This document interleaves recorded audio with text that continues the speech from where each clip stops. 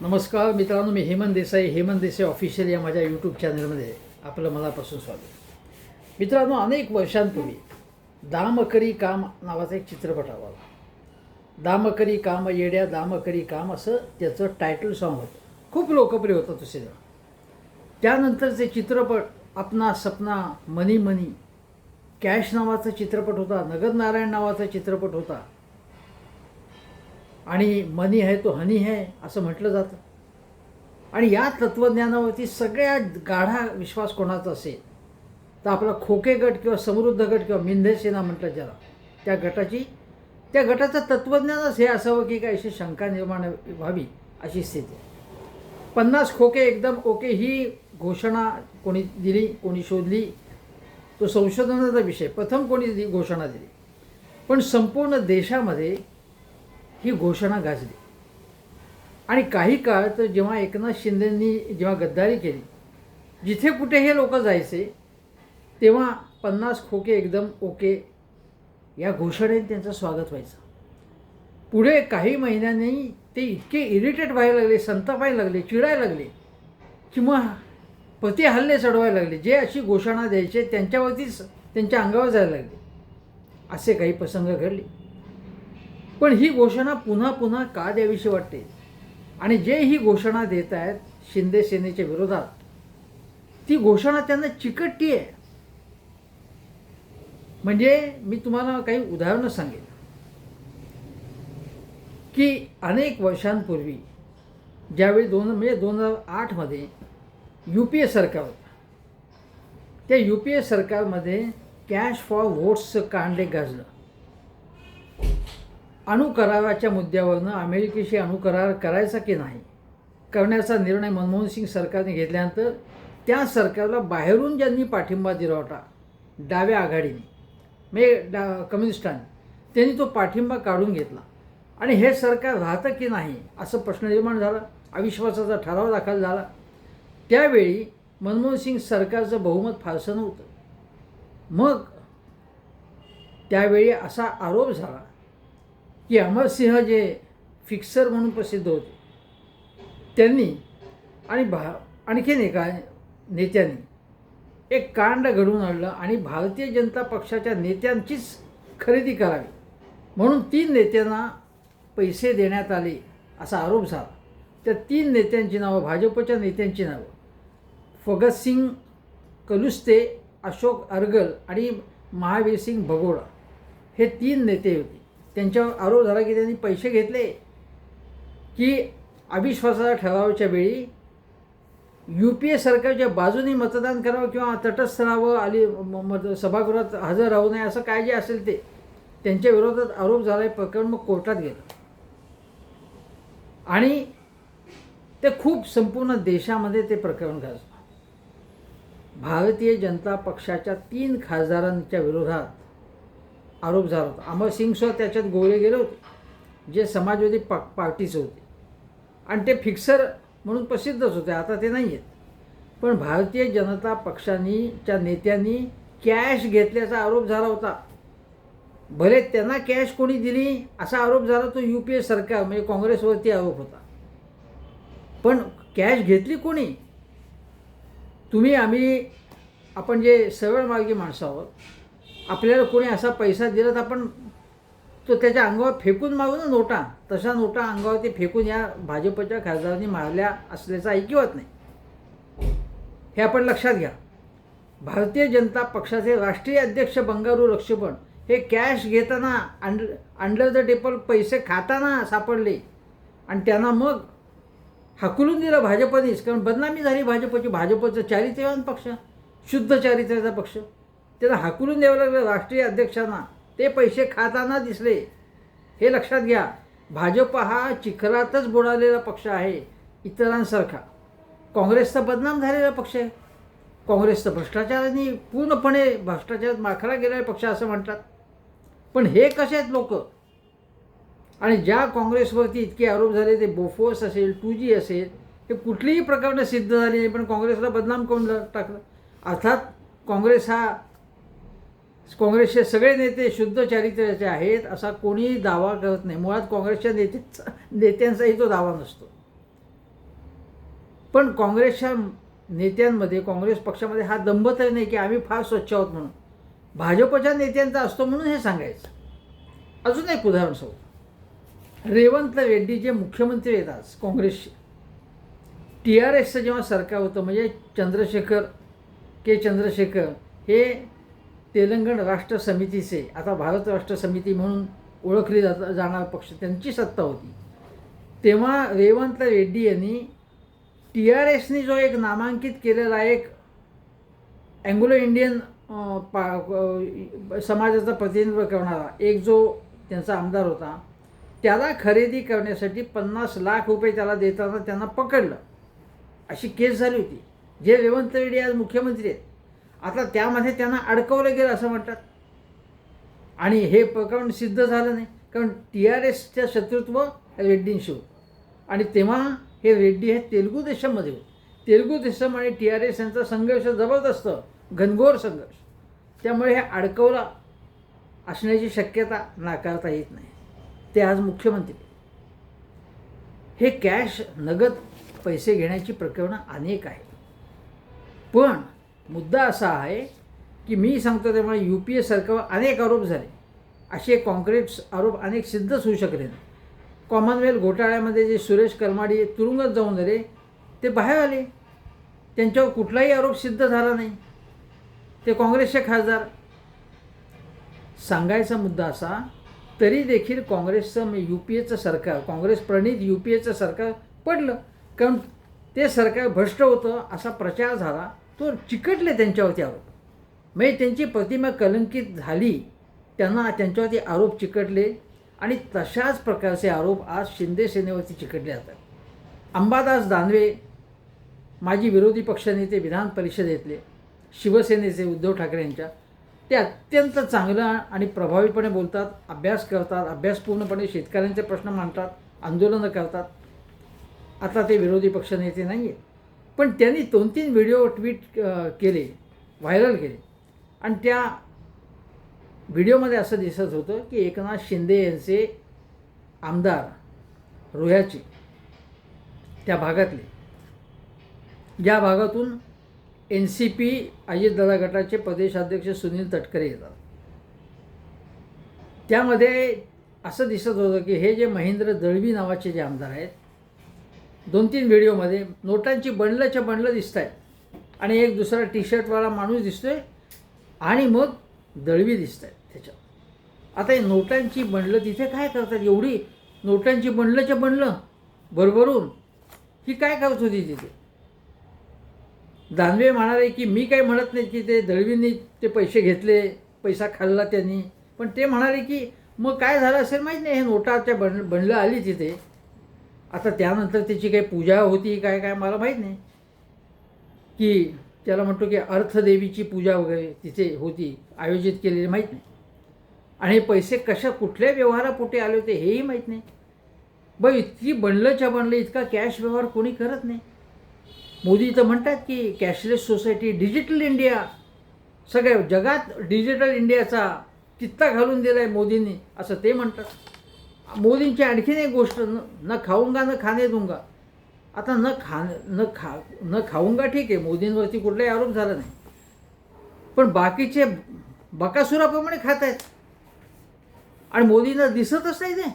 न खाणे दूंगा, मग ते काय करतात? ते पटापट खात आहेत, मोदक खात आहेत, लाडू खात आहेत, करंजा खात आहेत पैशाच्या. आणि मोदी म्हणतात खाणे न दूंगा, ते काहीच करत नाहीत. मग जे भसाभस खात आहेत असे ज्यांच्यावर आरोप आहेत, प्रचंड खाणारे, असे लोक त्यांच्या पक्षाच्या बरोबर महायुतीत येऊन बसलेत. आता यामध्ये हे आरोप झाल्यानंतर, अंबादास दानवेने आरोप केल्यानंतर, मग शिंदे सेनेच्या या सगळ्या, महेंद्र दळवी, नंतर ते बालदी नावाचे आमदार, सगळ्यांनी ते फेटाळून लावले आणि सांगितलं की सिद्ध करा म्हणून. आता या प्रकारचे आरोप सिद्ध होणं फार कठीण असतं.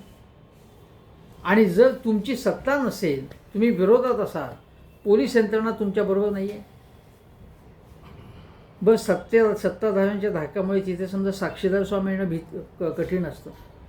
मग यांनी काय आरोप केला की सुनील तटकरे हे आमचे राजकीय शत्रू आहेत आणि तेच याच्यामागे असणार. सुनील तटकरे म्हणाले की माझा काही संबंधच नाही.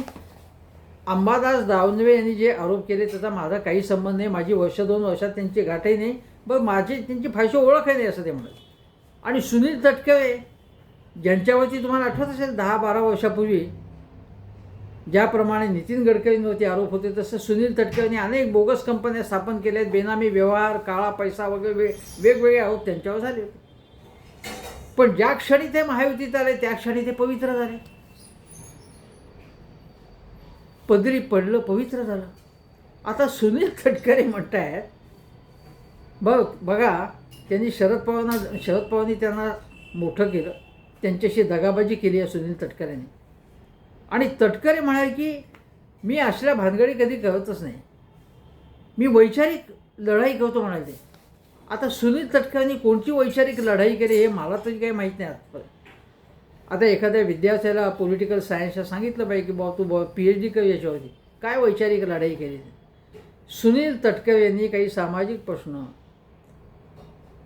काही आर्थिक प्रश्न असे काही मांडलेत, त्यांच्याशी काही वैचारिक लढाई केली आहे? काही नाही. त्यांची लढाई आर्थिक चालू असते.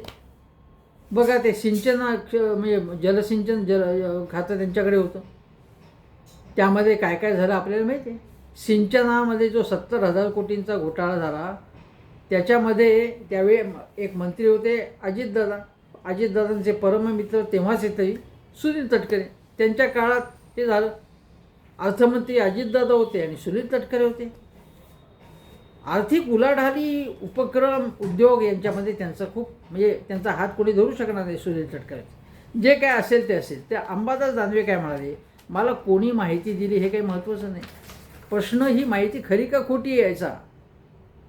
बरं केवळ अंबादास दानवे आरोप करत नाहीत किंवा भास्कर जाधव आरोप करत नाहीत.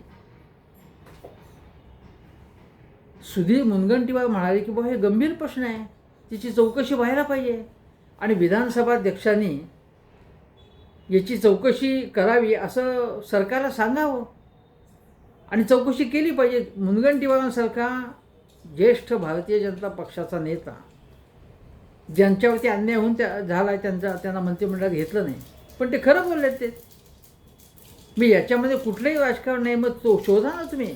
मग खोटं असेल. आणि महेंद्र दळवी हे अत्यंत नीतिमान, चारित्र्य संपन्न आणि शुद्ध, पैशाचे काही पैसा बघितलाच नाही त्यांचं असं तर समजा संशोधन निष्पन्न झालं पोलिसांच्या ह्याच्यात तपासात ना, तर आपण त्यांचा सत्कार करू महेंद्र दळवींचा.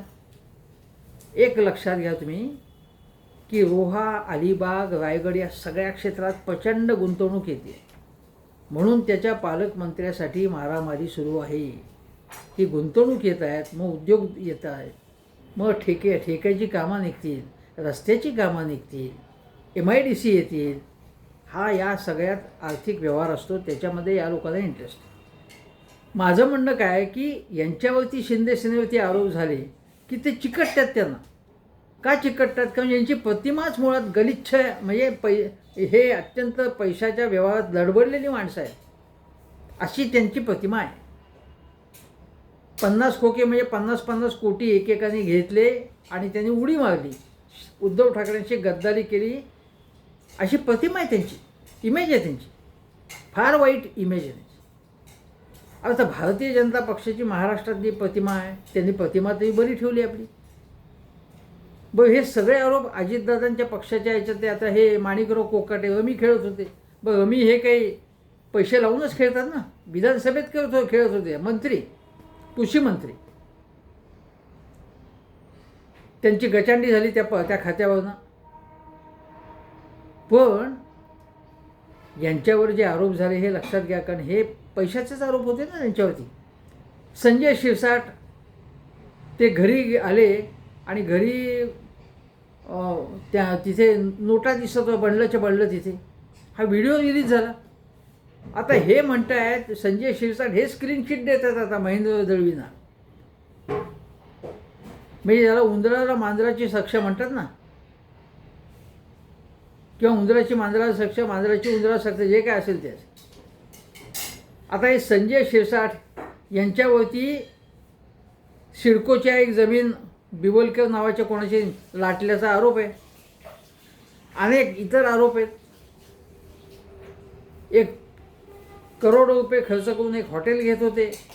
यांचे अनेक उद्योग आहेत आणि हे शिरसाट क्लीन चिट देतात यांना दळवीनं. आता शहाजी बापू पाटील यांच्या निवडणुकीच्या वेळी त्यांचा पराभव झाला. त्यांच्या गाडीमध्ये कॅश सापडली होती. अर्जुन खोतकर तुम्हाला आठवते, जे शिंदे सेनेचे, ईडी मागे लागली म्हणून घाबरून बाळासाहेबांच्या विचारावर काही संबंधच नाही, ईडी मागे लागली त्यामुळे हातबुद्ध झाले. ते दिल्लीमध्ये जाऊन भेटीगाठी घेतल्या, काही होईना, अक्षरशः रडकुंडीची पाळी आली होती. तेव्हा हे खोतकर हे शिंदे सेनेत टुणकन उडी मारून गेले, माजी मंत्री. त्याने जो विधानसभेच्या समितीचा जो दौरा होता जळगावच्या, त्या दौऱ्यामध्ये ते सगळे त्यांचा ज्या ठिकाणी मुक्काम होता तिथे प्रचंड कॅश सापडले. खोतकरांच्या विरोधात आरोप सुरू झाले. म्हणजे एका पाठोपाठ एक यांच्या लोकांच्या विरोधात हे आरोप होत आहेत.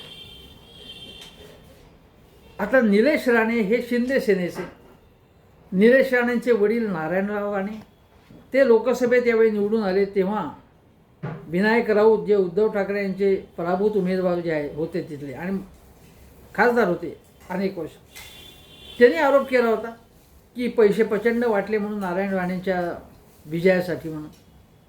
आता त्यांचे चिरंजीव जे शिंदे सेनेचे जे आमदार आहेत निलेश राणे, त्यांनी सांगितलं की भारतीय जनता पक्षाचे प्रदेशाध्यक्ष रवींद्र चव्हाण यांच्या निर्देशानुसार तुफान पैसे तिथे कॅश वाटले जात आहेत. नगरपंचायतीच्या आणि नगराध्यक्षपदाच्या या निवडणुका झाल्यावर ते म्हणाले की नाही, मी आता त्यांना भेटणार, आमचे चांगले संबंध आहेत, निवडणुकीमध्ये असं आपण बोलतो. मग या पैशाचं काय झालं? हे पैसे वाटत होते त्याचं काय झालं तुमच्या आरोपाचं? मग तरीसुद्धा तुम्ही त्यांना भेटायला जाणार आणि मग सांगणार काहीच झालं नाही म्हणून. मग मूळ जो व्यवहार झाला पैसे वाटपाचा, जो भ्रष्ट व्यवहार असतो असा झाला असेल तर त्याची चौकशी कोण करणार?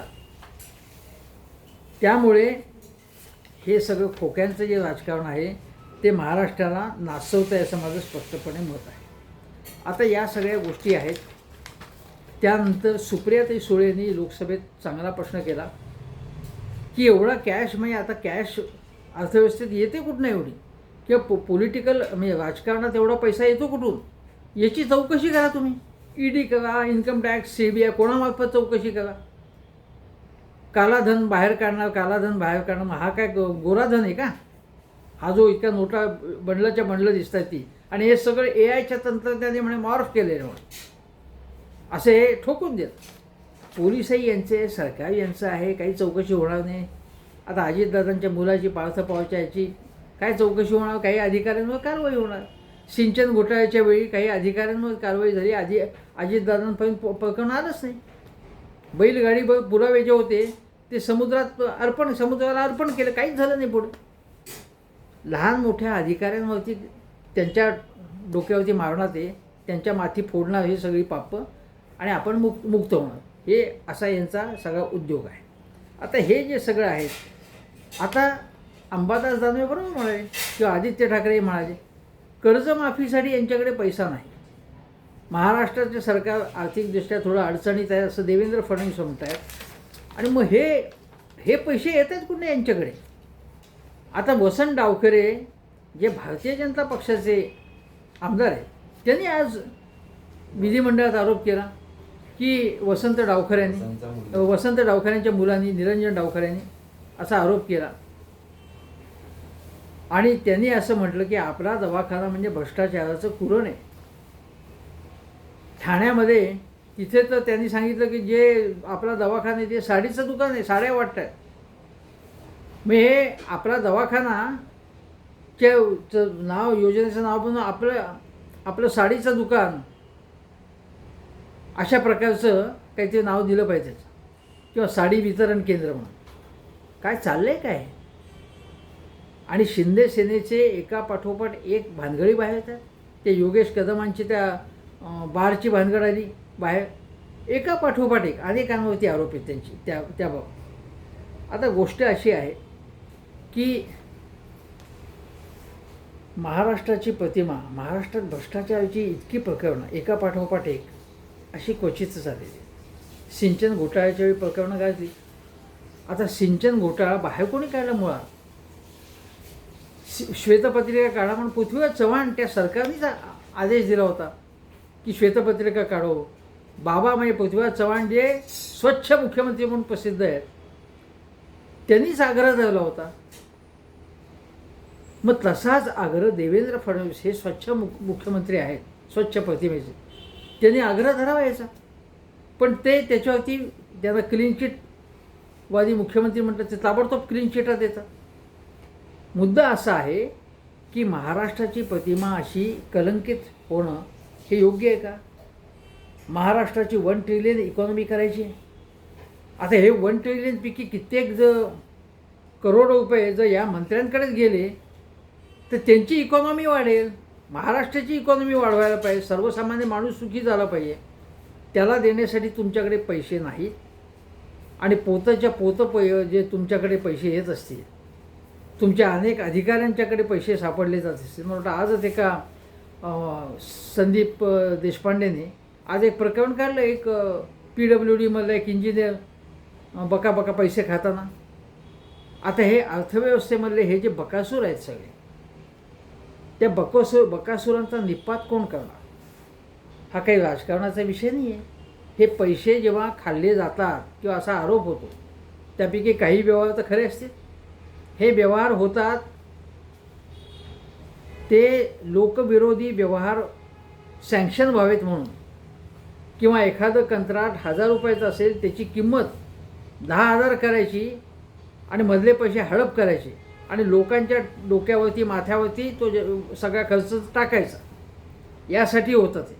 कर चोरीसाठी असेल, एखाद्या कंत्राटासाठी असेल, एखादा चुकीचा व्यवहार तो रेग्युलराईज करण्यासाठी अशा गोष्टी होतात. त्यामुळे जर महाराष्ट्र शासनात हे बकासूर मंत्री असतील किंवा बकासूर आमदार असतील तर त्यांच्यावरती काय म्हणतात, प्रहार कोण करणार आहे, त्यांच्यावर कारवाई कोण करणार, हा खरा प्रश्न आहे. मुनगंटीवार बरोबर म्हणाले की चौकशी करा. मुनगंटीवार हे जुन्या भाजपपैकी आहेत. आता हे नवीन भाजप जे आहे, नवीन नेतृत्व जे सगळं आहे, ते या शिंदे सेनेची मांडवळी करताना दिसतंय का शिंदे सेनेमधले कोणी असो किंवा शिंदे सेने असो, अजितदादांचा पक्ष असो, त्यावरती पडदा टाकणार आहेत ते सगळे. आणि लोक किती बोंबलू देत, शंख करू देत, आम्ही करायचं ते करणार. तुम्ही बोंब मारलीत तर चौकशीचं नाटक करणार आणि पुढे काही कारवाई करणार नाही, क्लीन चिट देऊन टाकणार. असं आहे का? माझ्या मते हे अत्यंत चिंताजनक आहे. आणि एकनाथ शिंदे यांचा पक्ष म्हणजे भ्रष्टाचारांची सेना आहे, खोके सेना आहे, अशी प्रतिमा त्यांची व्हायला लागलेली आहे. त्यामुळे त्यांनी काळजी घेतली पाहिजे. तुर्तास एवढंच सांगतो आणि या प्रकरणाची चौकशी व्हायलाच पाहिजे अशी मागणी करतो. हेमंत देसाई ऑफिशियल हा माझा यूट्यूब चॅनल जरूर बघा. शेजारचं बेल आयकनचं बटन दाबा आणि शेअर करा व्हिडिओ. धन्यवाद.